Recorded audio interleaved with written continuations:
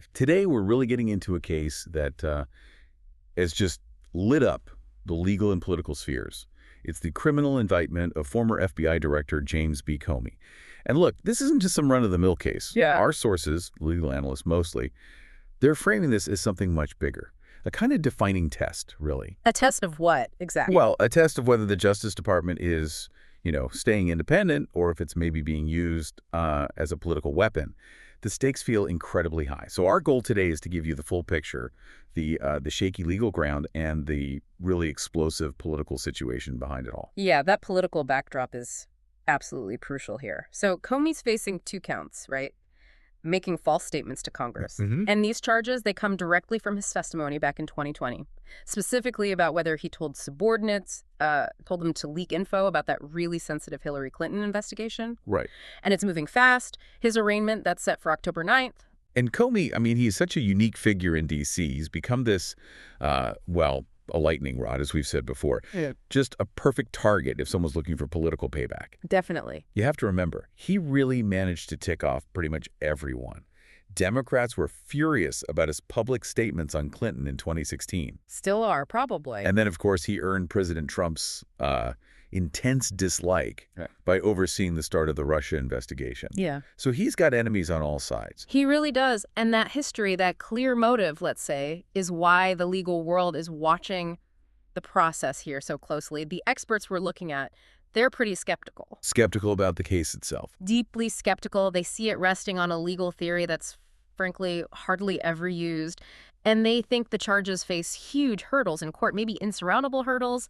The whole legal basis just seems, fragile. Okay, fragile. Let's dig into that legal side first before we get deeper into the politics. Mm-hmm. What exactly are prosecutors saying he lied about? And what's the specific statute they're using? It sounds tricky. Right. So the key moment, the whole thing really hangs on this exchange. During Comey's 2020 Senate testimony, Senator Ted Cruz asked him, and I'm quoting here, if he had authorized someone else at the FBI to be an anonymous source in news reports about the Clinton probe. Okay.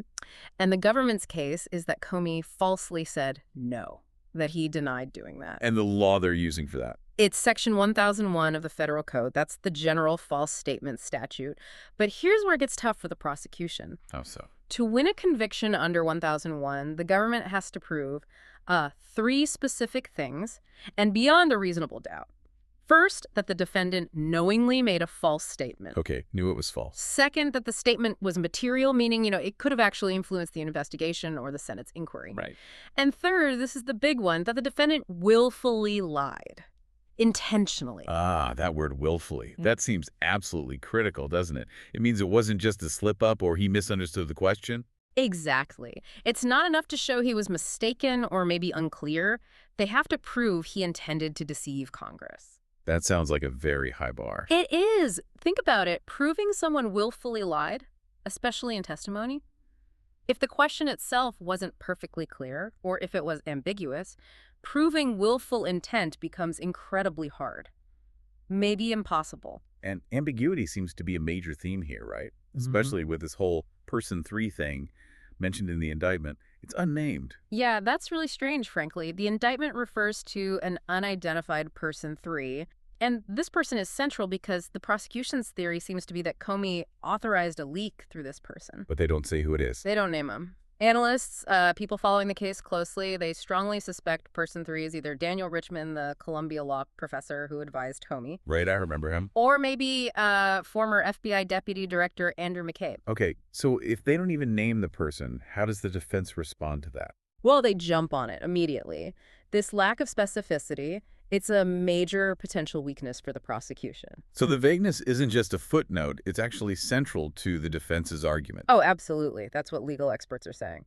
Randall Eliason, he's a former federal prosecutor, he basically said the indictment is really unusual because it doesn't specify the conduct with the clarity the law requires. So think about it. If Senator Cruz's original question was broad, or maybe confusing, perhaps Comey thought it meant only leaks while he was FBI director, or only leaks by people currently at the FBI. Or people he directly supervised. Precisely. If there's any reasonable ambiguity in the question, then Comey can argue he answered honestly based on his understanding, and proving he willfully lied becomes, as Eliason put it, nearly impossible. Wow. And then there's the McCabe angle, which adds another layer, doesn't it? Because McCabe did leak, right? But he said Comey didn't approve it. That's right. McCabe admitted leaking info to the Wall Street Journal back in 2016. But crucially, he has always maintained he never sought Comey's specific approval for that leak. Okay, so how does that play in? Well, if Comey was asked if he authorized leaks, and he knew McCabe leaked, but also believed McCabe didn't seek his authorization, Comey could potentially answer no, truthfully, from his perspective. Even if others later decided McCabe wasn't entirely truthful about his own actions. Exactly. The government would then have to prove Comey authorized some other leak through this mysterious person 3, and that specific leak was definitely covered by Cruz's question. It starts to sound very, very speculative. Yeah, it really does. It feels like the factual basis for the case is maybe pretty thin, that the prosecution has a real uphill climb just on the legal merits. I think that sums up the view from the sources we've seen, yes. Okay, so if the defense thinks the legal case is weak, it makes sense they'd shift focus. And they are. They're going right at the politics, claiming vindictive prosecution. Let's switch gears to that. Why might this defense, which usually fails, actually have legs this time? Right. Vindictive prosecution. It's a specific legal claim, and you're right, it's usually a long shot, a real Hail Mary. Why is it usually so hard to win? Because judges give prosecutors a huge amount of leeway, what's called prosecutorial discretion. The defense has to show the prosecution isn't based on evidence, but on some improper motive, like political revenge or punishing someone for speaking out, and courts are usually very reluctant to second-guess prosecutors like that. But legal experts think this case might be different. Some do, yes. And the reason is, well, the political context is just so blatant. You have retired federal judge John Jones, appointed by President Bush, mind you calling this, and it's a strong quote, a better case for vindictive prosecution than almost anything I've seen. Wow, why? What makes it so obvious? It really seems to come down to the president's own public statements. We know he has repeatedly and very publicly called for investigations and prosecutions of people he sees as political enemies. Yeah, names like Letitia James in New York, Adam Schiff, John Bolton. Exactly. And this is where the defense strategy really comes into focus. They can point to that pattern. And crucially, right after the Comey indictment dropped, the president didn't shy away. He actually predicted more prosecutions were coming for, quote, corrupt radical left Democrats. So the timing connects the president's public wishes directly to the DOJ's actions in this specific case. That's the argument. The defense isn't just saying, hey, Comey is a political opponent. They're saying, look, the president himself made it crystal clear he wants his opponents targeted, and then this happens. That seems pretty powerful. It could be. Another retired judge, Shira Scheindlin, basically said the president made it so obvious that he's targeting them, regardless of the evidence. Now, historically, that might not have been enough, but that level of public declaration might make a judge today look much more closely at the vindictive prosecution claim. It sort of pierces the veil of prosecutorial independence. Which logically leads us inside the Justice Department itself. Given all this external political heat, what do we know about how this case was actually handled within the DOJ? Was it smooth sailing? Far from it, apparently. Sources point to significant turmoil leading up to the indictment. We know, for instance, that Eric Sabert, the U.S. attorney who was originally in charge of this investigation, he actually resigned. Resigned over this case? Reportedly, yes, after resisting internal pressure to bring these charges against Comey. Whoa, okay. A prosecutor resigning rather than bringing charges, that sounds like a massive red flag for political interference. It certainly raises serious questions. And then look at who replaced him. Siebert was succeeded by Lindsay Halligan. Sources describe her as an ally of the president with relatively limited experience in federal prosecution. So you have this specific personnel change happening after the lead prosecutor resists.